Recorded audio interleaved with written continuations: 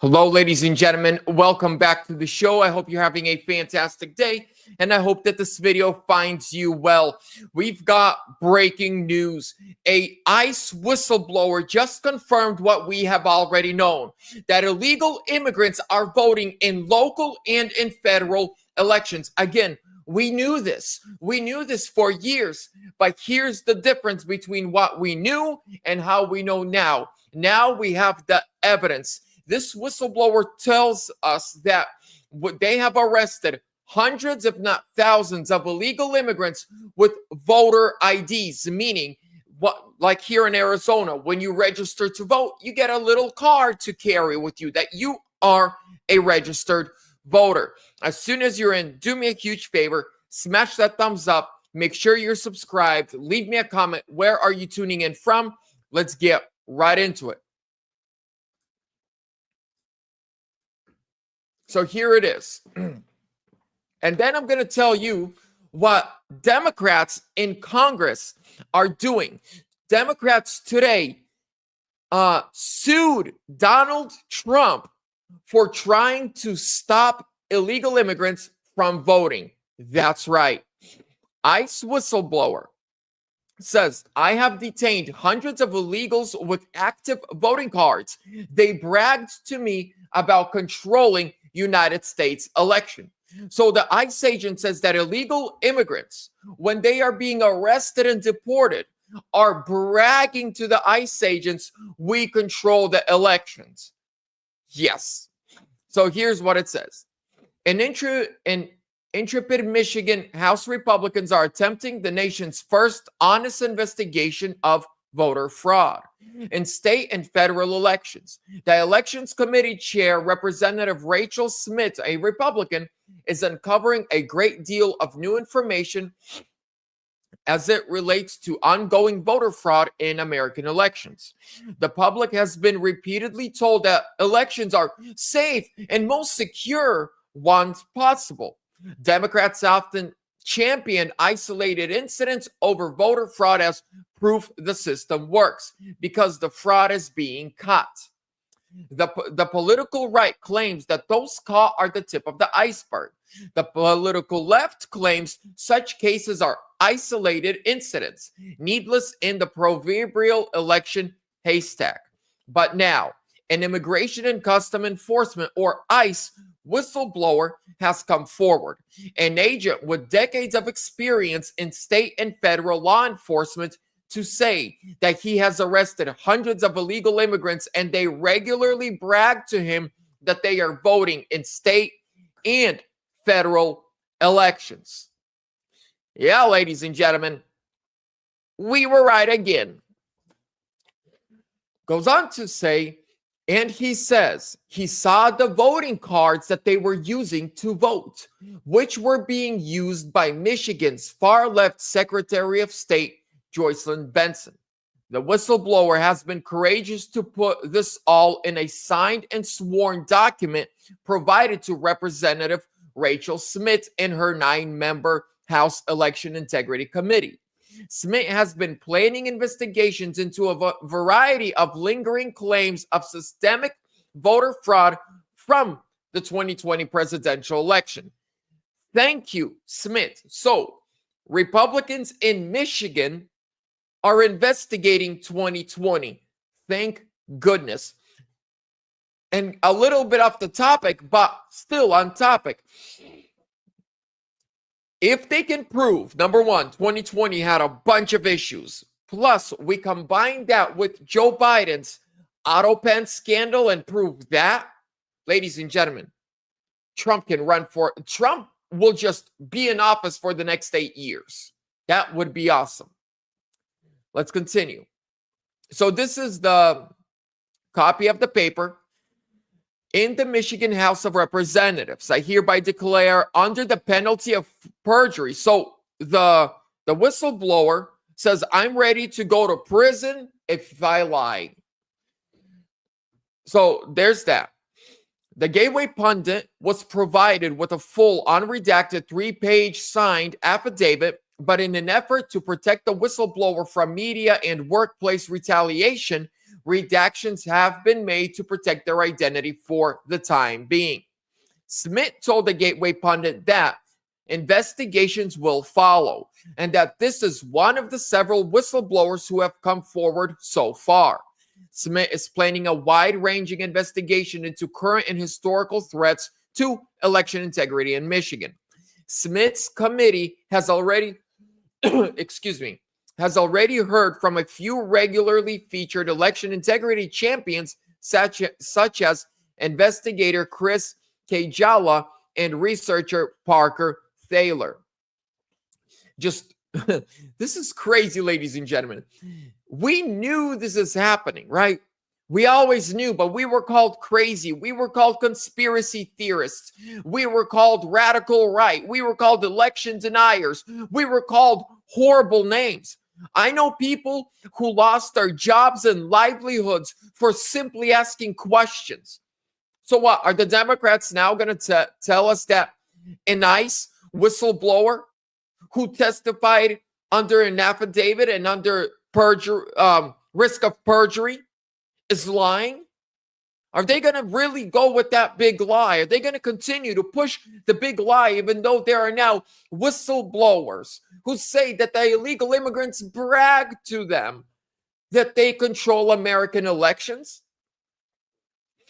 How are they going to spin this now? Just last week, Smith sent a letter to Trump Attorney General Pam Bondi urging her to investigate and prosecute individuals from the notorious Muskegon County, Michigan voter registration fraud scheme from, you guessed it, 2020. Exclusively documented by the Gateway pundits Benjamin Wetmore and Patty McMurray. Michigan's elections have fraud throughout, and a variety of volunteer election integrity efforts dutifully document the various frauds ongoing. In the 2024 election, a Chinese national was allowed to legally vote in Ann Arbor, Michigan, and was caught only because a diligent clerk asked for guidance on what to do once the fraud was discovered. Benson announced in January that she is running for Michigan governor in 2026. Michigan has been a battleground state for a generation, and its general 50-50 split between Republicans and Democrats leaves it a competitive state for both parties for the foreseeable future. I actually disagree with that. I think in Michigan, because it is a blue-collar worker state, if you get rid of all the illegals and all the dead people voting and everything else in between, it is a solid red state. Now, I'm not going to bore you I just want to finish up with this one. And then I'm going to show you what the Democrats are doing today. They are literally suing Trump for trying to secure our elections. In the 2024 United States presidential election, former President Donald Trump reclaimed Michigan's 15 electoral votes by defeating Vice President Kamala Harris. Trump secured 49.7% of the vote compared to Harris' 48.3%, resulting in a margin of approximately 1.4 percentage points. This victory marked a significant shift as Michigan had favored Democratic candidate in the previous two elections. Okay, so Michigan, they are doing the Lord's work over there. They are fighting for election integrity. And if Michigan can prove that all this stuff is happening, ladies and gentlemen, an ICE agent is telling us that, look, these sickos are literally bragging about it, Now, I want to show you this. By the way, smash that thumbs up if you're in, ladies and gentlemen. Watch what the Democrats are doing today. The DNC, Chuck Schumer, and Hakeem Jeffries are suing Trump over his executive order to block non-citizens from voting. This should tell you everything that you need to know. You heard that right, ladies and gentlemen. You know that Trump signed an executive order that says illegal immigrants are not allowed to vote in our elections. The Democrats are literally suing him. They're suing him. But I got one more video I want to play for you before we leave. Now, this actually is off the topic. This is off the topic of election integrity. But as you all know, earlier this week, Donald Trump completely, pardoned former Hunter Biden's his former best friend forever / business partner. And he Bad day telling us the truth. He's telling us the truth about the Bidens. Let's watch this together. Hunter Biden's fall guy speaks out after Trump commutes his sentence. Y'all like the video right here? And check this out. Now, in addition to napping, he was busy looking out for himself and his family. On Friday, President Trump granted clemency to the so-called fall guy for some of Hunter Biden's alleged crimes. Now, Jason Galanis was Hunter's former business partner and actually testified as part of the House GOP impeachment inquiry against then-President Joe Biden. Tonight, Jason Galanis joins us with more. Well, first, I'm glad everything worked out for you. Number one, your testimony before James Comer's committee, the House Oversight Committee, on influence peddling. What did you learn about the Biden family? Sean, delighted to be here. Thank you for having me. And opportunity to thank the president for his leadership. And he's a once in 100-year or more president.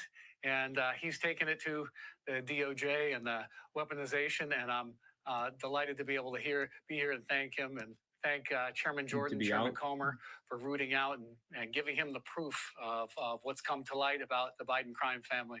So I think that there's some parallels, some intersection in my direct experience with the Biden family, and then my prosecution that sort of runs directly parallel to what happened with Russia to the president, and to the impeachment hoax. And those things run right straight through the New York prosecutor's office. And then even into your past segment, into some of the Democratic courts controlled in New York. And I think that big law is on notice, and the president is on to them. So be warned, the president's on to them. And I've never seen a lawyer smarter than the President Trump, who knows the law better than any lawyer. I'm sure you would agree with that. Let me ask you, you were sentenced to 189 months in prison. The Biden family got preemptive pardons. How much? So did you hear that? Before I finished playing the clip, this guy got over 100 months in prison, and this was Hunter Biden's business partner. This was his former forever best friend. So Hunter Biden, who did way worse things than this guy did, gets a preemptive pardon. But Biden's DOJ throws him in prison for over 100 months. See, you're friends with the Bidens until they're done using you for their own, for their own good. How much money do you believe, based on your understanding of their business practices, do you believe the Biden family made, and how much of it do you believe was related to influence peddling? 100% of it was influence peddling. I saw it firsthand. It was part of our game plan. And I say our game plan because at some point, my legitimate businesses became illegitimate by aligning with Hunter Biden. And the alignment included the Biden Lift or Biden brand, and that was selling the Biden name. By definition, I think that's influence peddling, and it resulted in tens of millions of dollars with the intent. Do you know for a fact many times more than that? Was Joe Biden aware of all of it? I can tell you firsthand he was. He was on at least two phone calls, business phone calls, that I was directly a participant in. Man. And when he said that he never once spoke to his son, his brother, or anybody about their foreign business deals, was that a lie? Sean, that's a lie. That is an outright lie. Documents have proven it. Chairman Comer has proven it. Chairman Jordan has proven it. That the corroborating evidence that I produced, that Mark Paoletta, who fought tirelessly for me, for the committee, for the country, produced corroborating evidence that is a lie. Quid pro quo. Joe was on the golf course negotiating with the Chinese Communist Party to be able to sit on the board and take money from the Chinese. It's absolutely a lie. And that WhatsApp message says a lot, doesn't it? Ladies and gentlemen, you heard it right there. Former best friend of Hunter Biden gets over 100 months in prison by Joe Biden's DOJ, while Hunter Biden gets a preemptive blanket pardon, and so does the entire Biden crime family, but their own partners, business partners, are being thrown in prison. So they make friends with you, they use you, abuse you, then they throw you in prison and say, we're done with you. So, ladies and gentlemen, I have a closing statement as I'm wrapping this up. We started with election integrity.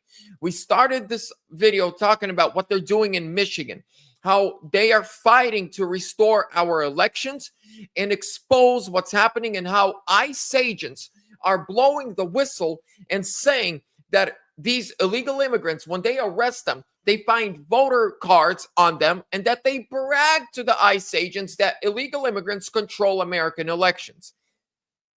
But thank God that now it is not only we know, because we obviously on the right, we use common sense, but now there's actual factual evidence. On top of that, Joe Biden's preemptive pardons and auto pen scandal, it's growing. As I covered earlier today, it is actually being investigated by Trump's DOJ along with Attorney General of the state of Missouri. Ladies and gentlemen, you put all that together. You put together this man's statement, and then you see how the Democrats are suing Donald Trump's executive order to make sure illegal immigrants can't vote. They're cooked. The Democrat Party's done. They can't win without illegal immigrants voting. They can't make money outside of war.